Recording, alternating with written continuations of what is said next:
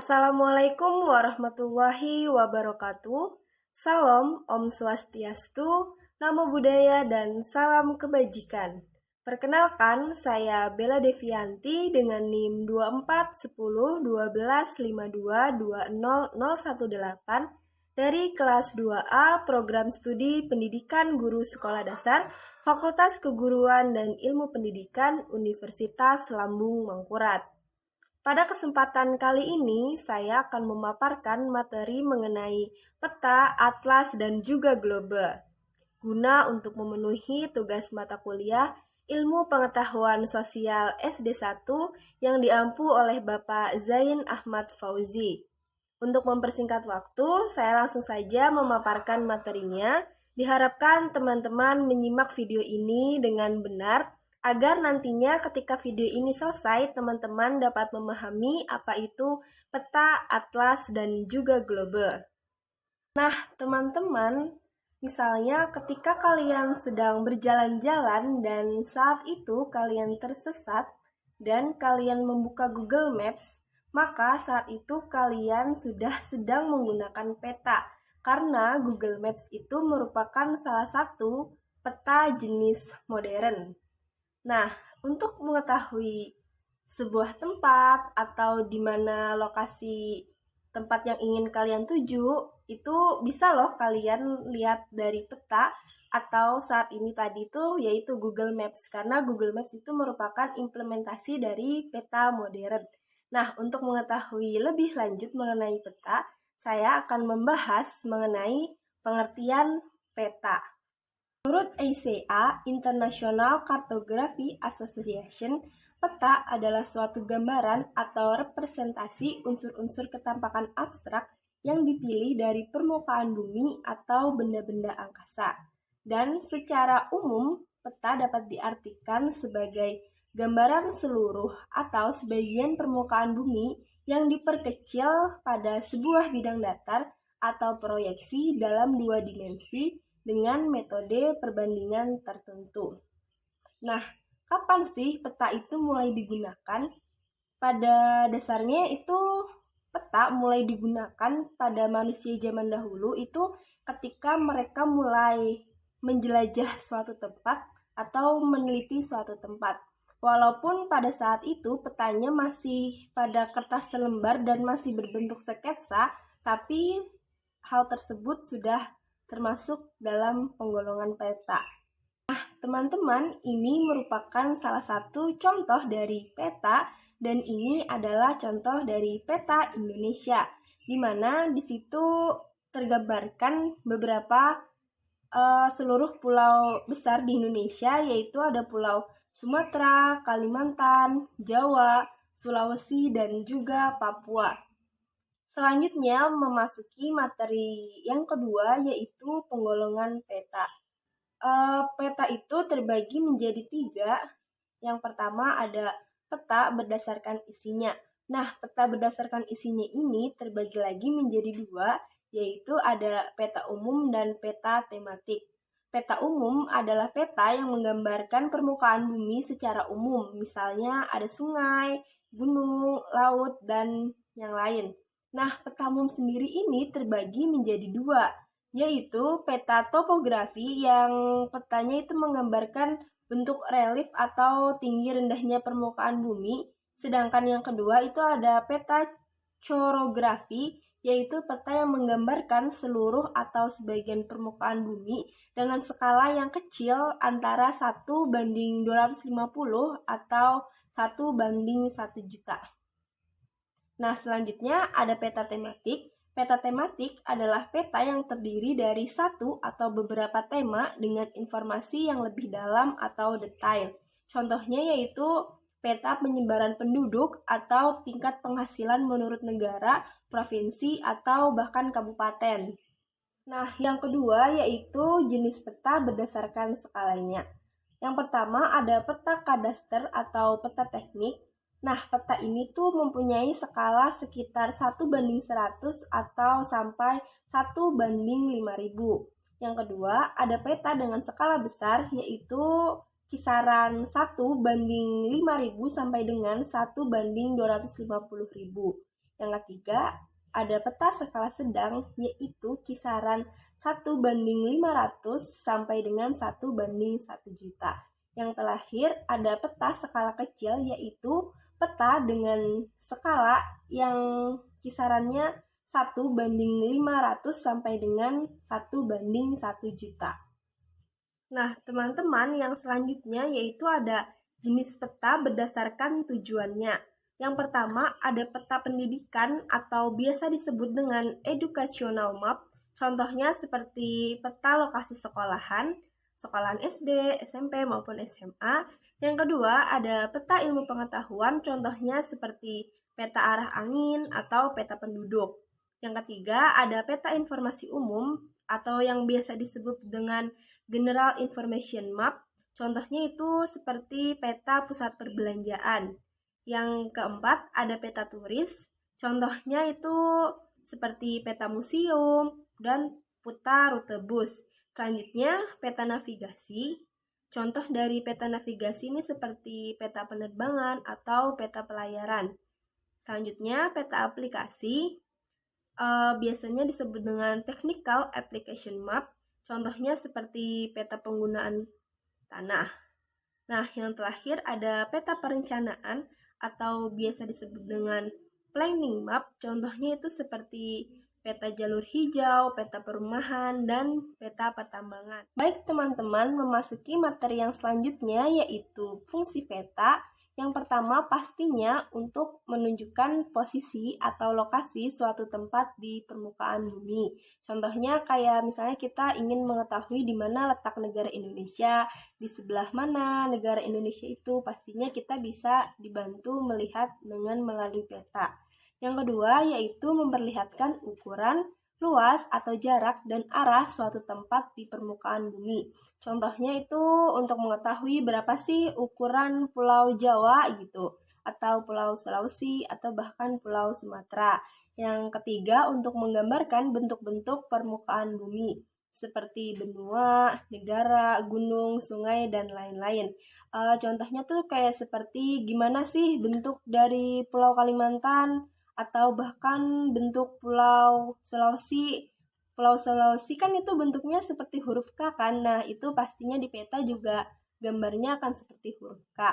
Yang keempat itu membantu peneliti sebelum melakukan survei dengan mengetahui kondisi daerah yang akan diteliti. Misalnya kita ingin meneliti lokasi Jawa, gimana sih lokasi Jawa itu, banyak pegunungannya kah, atau lebih banyak perairannya kah? Seperti itu. Dan yang terakhir, menyajikan data tentang potensi suatu wilayah.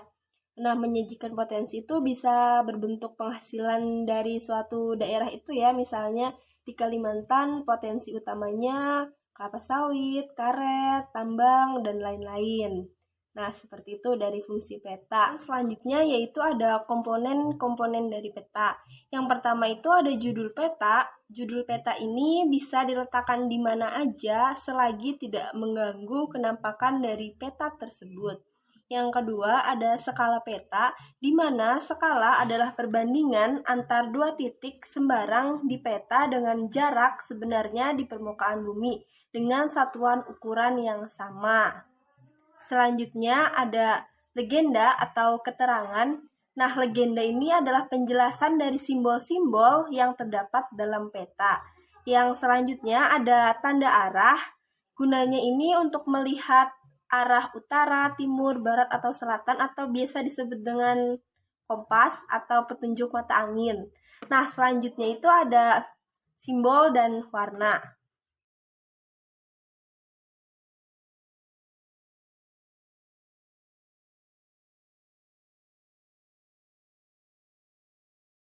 Nah, yang selanjutnya itu ada insert dan indeks dari peta. Insert itu merupakan peta yang diperbesar dari bagian belahan bumi. Nah, sebagian contoh ini memetakan misalnya Pulau Jawa. Pulau Jawa merupakan bagian dari kepulauan Indonesia yang di insert. Selanjutnya yaitu ada GERD. Tujuan dari GERD ini untuk memudahkan petunjuk lembar peta dan untuk memudahkan petunjuk letak sebuah titik di atas lembar peta. Yang selanjutnya ada nomor peta. Penomoran ini penting untuk lembar pada peta dengan jumlah besar dan seluruh lembar peta terangkai dalam satu bagian dari muka bumi. Yang selanjutnya ada keterangan riwayat peta, elevansi, dan juga koordinat. Nah, teman-teman, kita memasuki materi terakhir dari peta, yaitu skala peta. Di mana skala peta ini terbagi menjadi 3. Yang pertama yaitu ada skala angka atau skala pecahan yang biasa disebut dengan numerical scale. Biasanya ini dinyatakan dalam bentuk perbandingan angka. Contohnya itu tadi seperti 1:100 atau skala 1:2 juta. Untuk menentukan skala peta ini dapat digunakan rumus yaitu skala peta sama dengan jarak di peta dikurang dengan jarak sebenarnya. Yang kedua, ada skala verbal, yaitu skala yang dinyatakan dengan kalimat dan kata-kata. Yang terakhir, ada skala garis atau biasa disebut dengan line scale atau skala grafik, skala batang, atau juga skala jalan.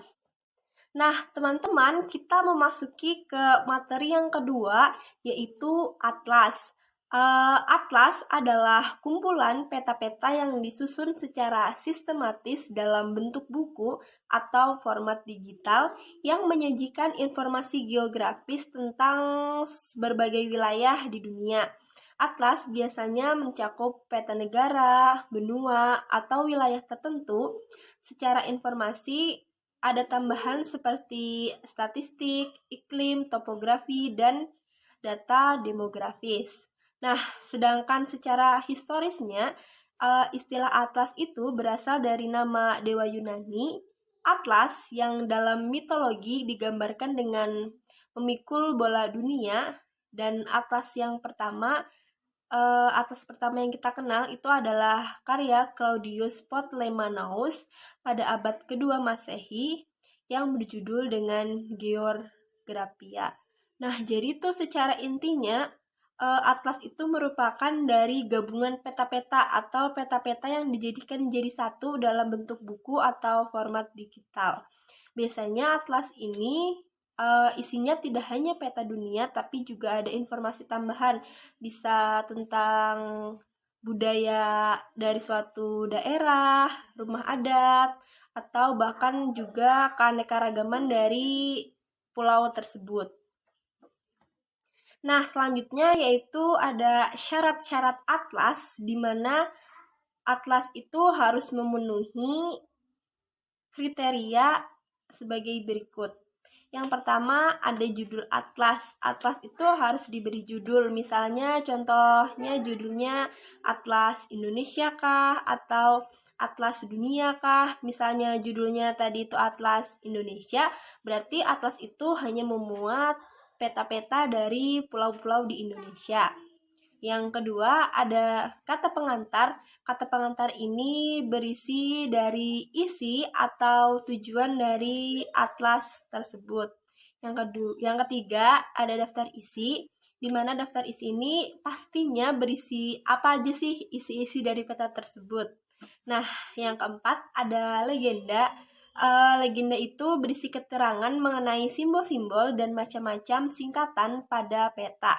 Selanjutnya ada isi. Isi ini yang pastinya merupakan isi dari atlas tersebut, yaitu misalnya peta-peta-peta. Contohnya misalnya peta Indonesia, maka isinya itu pulau-pulau Indonesia. Misalnya ada peta Pulau Kalimantan, kemudian ada peta Pulau Jawa, Sulawesi, dan sebagainya. Yang terakhir itu ada daftar indeks. Daftar indeks ini merupakan daftar nama geografi yang terdapat dalam atlas. Nah, jadi suatu atlas dapat dikatakan sebagai atlas apabila memenuhi kriteria-kriteria tersebut. Nah, pada umumnya atlas itu dapat dibedakan menjadi 3 macam. Yang pertama yaitu ada atlas dunia, di mana atlas ini memuat keadaan geografi permukaan bumi yang meliputi benua serta batas-batas negaranya. Yang kedua, ada atlas regional, di mana atlas ini memuat sebagian permukaan bumi, baik berupa kesatuan negara maupun benua. Yang terakhir, ada atlas nasional. Atlas ini dibuat secara nasional mengenai suatu negara tertentu, misalnya tadi Atlas Indonesia atau Atlas negara Singapura, Malaysia, dan lain-lain. Nah, teman-teman, kita memasuki materi yang terakhir nih, yaitu globe. Tahu nggak sih teman-teman apa itu globe? Dan pernahkah sudah teman-teman melihat sebuah globe? Nah, kata globe itu berasal dari bahasa Latin, yaitu globus yang artinya bola atau bulatan. Globe pertama kali dibuat oleh Anaximander pada abad ke-6 sebelum Masehi. Globe yang terkenal itu adalah globe Raja Louis dan globe buatan Martin Behaim pada tahun 1492. Secara umum itu globe merupakan suatu tiruan bola bumi yang diperkecil dan menyerupai aslinya. Jadi globe itu bulat seperti bumi. Jadi di dalam globe itu sudah ada keseluruhan peta-peta negara-negara di dunia. Dan tidak seperti peta biasanya juga yang digambarkan pada suatu bidang datar kan tadi. Kalau peta atau atlas kan tadi itu di kertas, sedangkan globe ini di dalam bola. Globe ini digambarkan pada sebuah bola sehingga bentuknya mirip dengan bumi sesungguhnya. Dan globe dapat dikatakan sebagai globe apabila bola globe itu memiliki tangkainya dan dapat diputar. Jika tidak dapat diputar, maka globe tersebut tidak dapat dikatakan sebagai globe. Selanjutnya yaitu ada fungsi dan manfaat dari globe. Yang pertama itu untuk membandingkan luas daratan dan luas lautan di permukaan bumi. Jadi misalnya kita menggambarkan peta pada globe, itu maka akan terlihat di dunia ini banyak daratannya kah atau banyak perairannya gitu. Yang kedua sebagai media peraga bentuk bumi dan rotasinya. Nah, jadi globe kan tadi dibuat menyerupai bumi, jadi itu tuh kayak istilahnya sama aja, oh ini bentuk bumi tuh seperti ini gitu. Nah, yang ketiga yaitu untuk menentukan jenis proyeksi atau pemetaan tempat tertentu. Yang keempat, untuk mengetahui besarnya skala nominal tentang jarak, bentuk, dan luas di permukaan bumi. Yang selanjutnya, untuk mengetahui pembagian iklim berdasarkan dengan garis lintangnya. Nah, jadi kalau misalnya kita lihat dari globe itu kita langsung bisa melihat negara mana yang memiliki 4 musim, negara mana yang memiliki 2 musim, karena itu tadi kan garisnya kelihatan, garis lintangnya. Kemudian yang terakhir itu untuk menghitung pembagian waktu di bumi berdasarkan dengan garis bujurnya. Sama dengan cuaca tadi, kan waktu dunia itu berdasarkan dengan garis bujurnya. Maka dengan adanya globe kita bisa mengetahui nih, oh ini waktunya berapa, di negara ini berapa gitu. Nah, yang terakhir itu ada kelebihan dari globe. Yang pertama itu bentuk globe kan tadi menyerupai sebuah bentuk bumi yang sebenarnya. Jadi itu kayak lebih memudahkan untuk melihat. Cuman pastinya ada juga kekurangannya. Yaitu misalnya kita nggak mungkin kan jalan-jalan bawanya globe, mungkin lebih enak bawa peta bahkan atlas gitu.